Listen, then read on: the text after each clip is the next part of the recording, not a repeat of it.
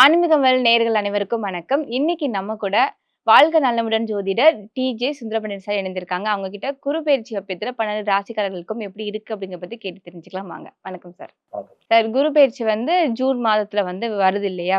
So இந்த குரு பெயர்ச்சி ஒரு விசேஷமான இருக்கும் அப்படிங்கிறது நெறைய சொல்லியிருக்கிறாங்க. நீங்க சொல்லுங்க குரு பெயர்ச்சி என்ன மாதிரியான விசேஷங்கள் 12 ராசிக்காரர்களுக்கும் குடுக்க போகுது அப்படின்னு. அதாவது நீங்க சொன்ன மாரி, ஒவ்வொரு வருடமும் குரு பகவான் ஒரு ராசியை விட்டு இன்னொரு ராசியை கடப்பார் அப்படிங்கிறது உண்மை. ஸோ அப்படி பார்க்கும்போது இந்த வருடம் ஏன் ரொம்ப விசேஷமா இருக்கும்? குரு பயிற்சினாலே விசேஷம். இதுல இந்த வருடம் ஏன் ரொம்ப குரு பகவான் வரும்போது எல்லாமே வெல்கம் பண்ண வேண்டிய சூழ்நிலை.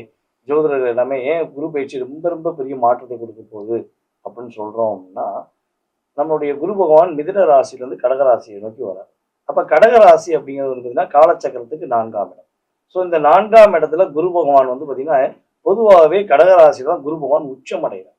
அப்ப உச்சம் அப்படிங்கிறது என்னன்னா வில் பவர் அதிகம். தனக்கு பிடிச்ச வீட்டில் ரொம்ப சந்தோஷமா இருக்கக்கூடிய தன்மை தான் உச்ச நிலை அப்படின்னு சொல்லுவோம். ஸோ அப்படிப்பட்ட உச்ச வீட்டுக்குள்ள வரக்கூடிய குரு பகவான் அவருடைய பார்வை பலன் அப்படின்னு சொல்லுவோம்.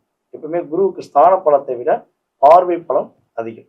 அவர் பார்க்கிற இடம்லாம் மிக சிறப்பாக இருக்கும் அப்படின்னு சொல்லுவோம். ஸோ அப்படிப்பட்ட நிலையில குரு பகவான் பார்த்தீங்கன்னா அவர் 5ஆம் பார்வை மூலமாக விருச்சக ராசியை பார்க்க, அதே போல 7ஆம் பார்வை மூலமாக மகர ராசியை பார்க்க, 9ஆம் பார்வை மூலமாக நம்முடைய மீன ராசியை பார்க்க. ஸோ அப்போ ஒவ்வொரு ராசியை பார்க்கும்பொழுது நம்ம மேச ராசியிலிருந்து ஒவ்வொரு ராசியை நம்ம சொல்லும் போது அந்த ராசி அவங்களுக்கு எத்தனை தொடர்பாக வருது, எத்தனை பாவகமாக வருது, ஸோ அதன் அடிப்படையில் அவங்களுக்கு என்ன விஷயம்லாம் கிடைக்கும் அப்படிங்கிறத நம்ம தெளிவாக பார்க்க போகிறோம். ஸோ பொதுவாகவே இந்த குரு பகவான் கொஞ்சம் வில் பவராக பார்க்கும்போது கிடைக்கும் அப்படிங்கிறது நம்ம 20% சொல்லுவோம்னா இந்த வட்டம் 40% கொடுப்பாரு. மிகப்பெரிய ஒரு எதிர்பார்ப்புகளை பூர்த்தி செய்வார் அப்படிங்கிறது உண்மை. இப்போ வருட கிரகங்கள் என்று சொல்லக்கூடிய நம்மளுடைய சனி பகவானா இருக்கட்டும் அல்லது ராகுகேது பகவானா இருக்கட்டும், ஸோ இவங்கெல்லாம் பார்த்தீங்கன்னா பயிற்சி ஆகும்போது என்னன்னா ஒரு பதட்டமும் ஒரு பயமும் இருக்கும்.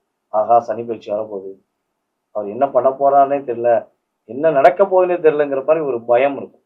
அது ராகுகேது பயிற்சிக்கும் இதே தான். ஐயோ நிழல் கிரகங்கள், ஸோ இவங்க என்ன பண்ணுவாங்களோ, எது நமக்கு பிரச்சனை வந்துருமோ அப்படிங்கிற நிலைமையில மக்களுடைய மென்டாலிட்டியே அப்படிதான் இருக்கும். ஸோ ஆனால் குரு பயிற்சி மட்டும் என்ன பண்ணுவோம்னா, ஆஹா குரு பயிற்சி வருதுங்க, ஏதாவது ஒரு நல்லது நடந்துருமா, ஏதாவது ஒரு மாற்றம், நான் அதாவது இப்போ இருக்கிற நிலையை விட்டு ஒரு நல்ல ஒரு மாற்றமான நிலைக்கு போயிடுவோமா அப்படிங்கிற சிந்தனையை கொடுக்கக்கூடிய கிரகமாக தான் குரு பகவான் இருக்கார். ஏன் குரு பகவான் அப்படி இருக்கார் அப்படின்னா, கிட்டத்தட்ட பார்த்தீங்கன்னா 9 கிரகங்கள். ஸோ இதில் பார்த்தீங்கன்னா 2 கிரகங்கள் ராகு கேது அப்படிங்கிற நிழல் கிரகம். ஸோ மீதி உள்ள 7 கிரகங்கள்ல மிக சுப கிரகம் அப்படின்னு சொல்லுவோம். அதாவது 7 கிரகங்கள் சூரியன், சந்திரன், அதே போல பார்த்தீங்கன்னா செவ்வாய், புதன், சுக்கிரன் அப்படிங்கிற கிரகங்கள் அப்படின்னு சொல்லி எடுத்துக்கிறோம். ஸோ சனி பகவான், ஓகேவா. ஸோ இப்படி பார்க்கும்போது நம்ம குரு வச்சத்தோம்னா 7 கிரகங்கள் ஆயிடுது. ஸோ இந்த குரு பகவான் சுப கிரகமா இருக்கனால அவர் எல்லாத்துக்கும் நன்மையை தான் செய்வார் அப்படிங்கிற மென்டாலிட்டி எல்லாருக்குமே இருக்கு. அதே போல ஒரு திருமணம் விஷயமா இருக்கட்டும், திருமணம் பாக்கியம் அப்படின்னா என்ன பண்ணணும்னா குரு பார்வை இருக்கா, இது கலோக்கியலாவே நம்மளுடைய வில்லேஜ்லேருந்து ஜோதிட பழமொழியிலேருந்து எல்லாருமே சொல்லக்கூடிய விஷயம்லாம், ஏங்க ராசிக்கு குரு பார்வை இருக்குங்க, கல்யாணம் முடிஞ்சிடும், ஏங்க உங்க லக்னத்தை குரு பார்க்காருங்க, சீக்கிரம் கல்யாணம் முடிஞ்சிடும் அப்படிங்கிற ஒரு ஒரு இணைவை நம்ம எப்பவுமே வச்சிருக்கோம். ஸோ அப்போ குரு பார்வை கோடி நன்மை அப்படிங்கிறனால குரு உங்களுடைய ராசிக்கு எத்தனாம் இடத்தெல்லாம் பார்க்காரோ அந்த இடத்தில் உள்ள உங்களுக்கு காரணம் சார்ந்த விஷயங்கள், உறவு சார்ந்த விஷயங்கள் மிகப்பெரிய மாற்றத்தை கொடுக்கக்கூடிய தன்மை இந்த குரு பயிற்சி ரொம்ப சூப்பரா இருக்க போகிறது உண்மை. சார், அடுத்ததா கன்னி ராசிக்காரர்களுக்கு பார்க்க போறோம். கன்னி ராசிக்காரர்களுக்கு இந்த குரு பெயர்ச்சி எந்த மாதிரியான பலன்கள்லாம் தரப்போகுது, அதை பத்தி சொல்லுங்க. அவங்க புதிதா ஏதாவது தொடங்குறாங்க அப்படின்னா அதுல எந்த மாதிரியான பலன்கள் அவங்களுக்கு கிடைக்கும் சார், அதை பத்தி விளக்கமா சொல்லுங்க. கன்னி ராசி காலச்சக்கரத்துக்கு 6ஆம் இடம். 6ஆம் இடத்துல பார்த்தீங்கன்னா நம்முடைய புதன் வலிமை அடைகிறார்னு சொல்லி பார்க்குறோம். ஸோ அப்படிப்பட்ட கன்னிராசி என்பவர்களுக்கு குரு பகவான் பார்த்தீங்கன்னா ராசிக்கு 11ஆம் இடத்துக்கு வருகிறார்.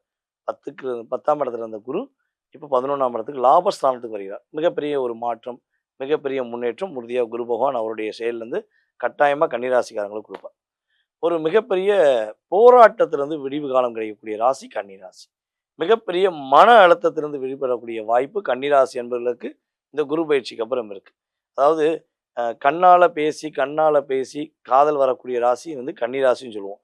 காரணம் என்னென்னா, மனசில் உள்ளதை கண் மூலமாகவே பரிமாற்றம் பண்ணக்கூடிய நபர்கள் தான் நம்ம கன்னிராசிக்காரங்க. ஆனால் கன்னிராசிக்காரங்களுடைய கவலைகளையோ கன்னிராசிக்காரங்களுடைய மன அழுத்தத்தை எல்லாருமே புரிஞ்சுட்டாங்கன்னா வாய்ப்பே இல்லை. ஏன்னா அவங்களுடைய ரகசியம் ஒரு பொக்கிஷம் மாதிரி. அவங்க எவ்வளோதான் கவலைகள் வருத்தங்கள் இருந்தாலும் ரிஷபராசிக்காரங்க மாதிரியே கன்னிராசிக்காரங்க வெளிப்படையாக சொல்ல மாட்டாங்க. அதை மனசுக்குள்ளேயே வச்சுட்டு பிறர் கஷ்டப்படக்கூடாதுங்கிறக்காண்டி அதை டைவர்ட் பண்ணி வாழக்கூடியவங்க தான் இவங்களோட லைஃபு. இப்படி பல போராட்டங்களை வாழ்க்கைக்குள்ளே வச்சுக்கிட்டு வாழக்கூடிய கன்னிராசி என்பவர்களுக்கு போராட்டம் இல்லாத ஒரு முன்னேற்றத்தை தரக்கூடிய குரு பயிற்சியாக இந்த குரு பயிற்சி இருக்க போகுதுங்கிறது உண்மை. 3ஆம் இடத்தை குரு பகவான் பார்க்கறனால இவங்க எடுக்கிற முயற்சி எல்லாமே வெற்றி தான். அதான் என்ன சொல்கிறேன்னா, எடுக்கிற ஒவ்வொரு ஸ்டெப்பும் உன்ன மாதிரி வின் பண்ண யாருமே கிடையாது அப்படிங்கிற மாதிரி உள்ள களத்தில் இறங்கின கன்னிராசி ஆட்டத்தை யாராலையும் தடுக்க முடியாத மாதிரி கன்னிராசிக்காரங்க முயற்சியில் எல்லா விதமான வெற்றி பெறக்கூடிய வாய்ப்பு. இவங்களுக்குரிய இளைய சகோதர சகோதரிகளுக்கு மிகப்பெரிய முன்னேற்றத்தையும் மிகப்பெரிய மாற்றத்தையும் கொடுக்கக்கூடிய வாய்ப்புலாம் கன்னிராசி என்பவர்கள் சூப்பராக இருக்குது. அதே போல் கன்னிராசி என்பவர்கள் யார் யாரெல்லாம் கம்யூனிகேஷன் சம்மந்தப்பட்ட ஃபீல்டில் ஐடி ஃபீல்டாக இருக்கட்டும், அப்புறம் நம்ம தொலைக்காட்சி சார்ந்த விஷயங்களாக இருக்கட்டும், யூடியூப் சார்ந்த விஷயங்களாக இருக்கட்டும், ஸோ ஒரு விஷயத்துலேருந்து அது இருந்த இடத்துலேருந்து இன்னொரு இடத்துக்கு பரிமாற்றம் பண்ணக்கூடிய எந்த விஷயமா இருந்தாலும் அதில் வேலை செய்யக்கூடிய கன்னிராசிக்காரங்க இந்த காலகட்டத்தில் மிகப்பெரிய அங்கீகாரத்தை, மிகப்பெரிய மாற்றத்தை, மிகப்பெரிய முன்னேற்றத்தை சந்திக்கக்கூடிய வாய்ப்பு சூப்பராக இருக்குது.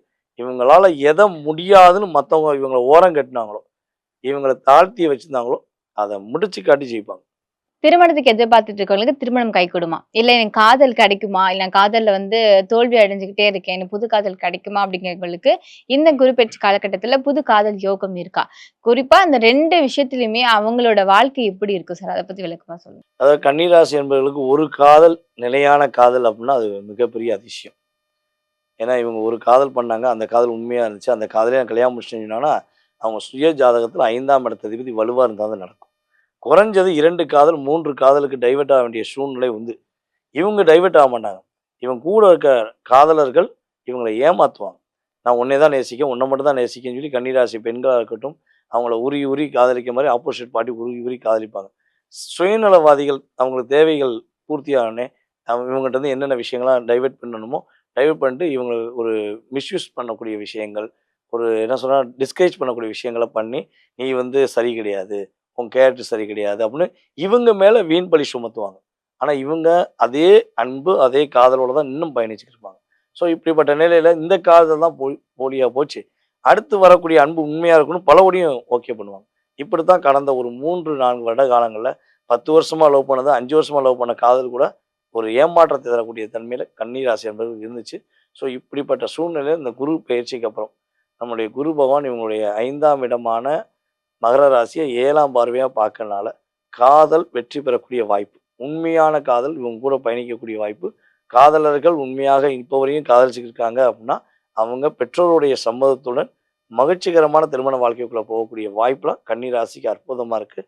அதே போல் இவங்களுடைய குழப்பங்கள், மனதில் உள்ள அழுத்தங்கள், மன போராட்டங்கள், ஏன்னா 5ஆம் இடம் மனம் சார்ந்த விஷயங்கள் அப்படிங்கிற செயல்பாடுகளில் குரு பகவான் பார்வை மூலமாக அப்படியே அற்புதமாக செய்ய போகிறாங்க.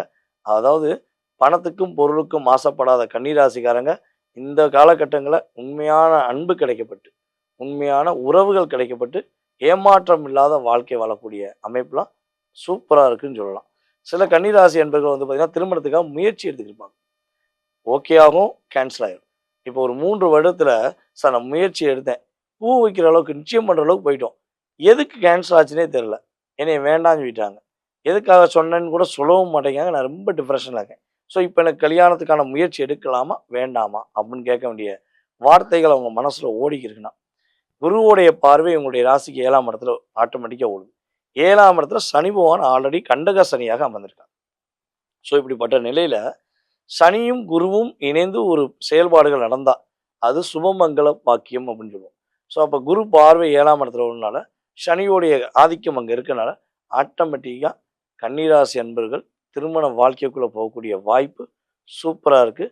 அதே போல் கன்னிராசி நேயர்களுடைய குழந்தைகளுக்கு வரன் பார்க்குறாங்க, அவங்க குழந்தைகளுக்கு திருமணத்துக்கான விஷயங்கள் செயல்படுத்துகிறாங்க, அது தடையாக இருக்குன்னு வருத்தப்படக்கூடிய அம்மாவோ அப்பாவோ இருந்தாங்கன்னா அவங்க குழந்தைகளுக்குமே இவங்க ஜாதக ரீதியாக இவங்க ராசியின் அடிப்படையில் ஒரு 20% பூஸ்ட் கிடைக்கும்.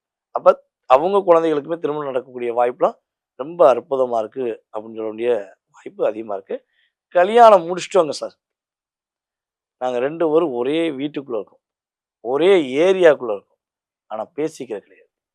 அவர் பேசுவார், நான் ஏங்கிக்கிட்டு இருக்கேன். அவர் என்னை தவிர மற்றவங்ககிட்ட நல்லா பேசுகிறார். எனக்காக புரிஞ்சுக்கிருவான்னு ஒரு ஏக்கத்தில் என்ன இருக்கேன், நான் வெயிட் பண்ணலாமா வேண்டாம் அப்படின்னு ஒரு கேள்வி வச்சாங்கன்னா, இந்த காலகட்டங்களில் இவங்களுடைய உண்மையான அன்பை புரிந்து கொண்டு மாய வலையில் சிக்கி கொண்டிருக்கிற அவங்களுடைய பார்ட்னர் மனசு மாறி தேடி வந்து பேசுவதற்கான வாய்ப்பை குருவுடைய அற்புதமான செயல்பாடு மூலமா உறுதியாக நடக்கும். தொழில் முன்னேற்றங்கள்லாம் அவங்களுக்கு எப்படி இருக்கும் சார்? தொழில் சார்ந்த விஷயங்கள் இனிமேல் தான் கரெக்டாக ப்ராப்பராக கொண்டு போகிறாங்க.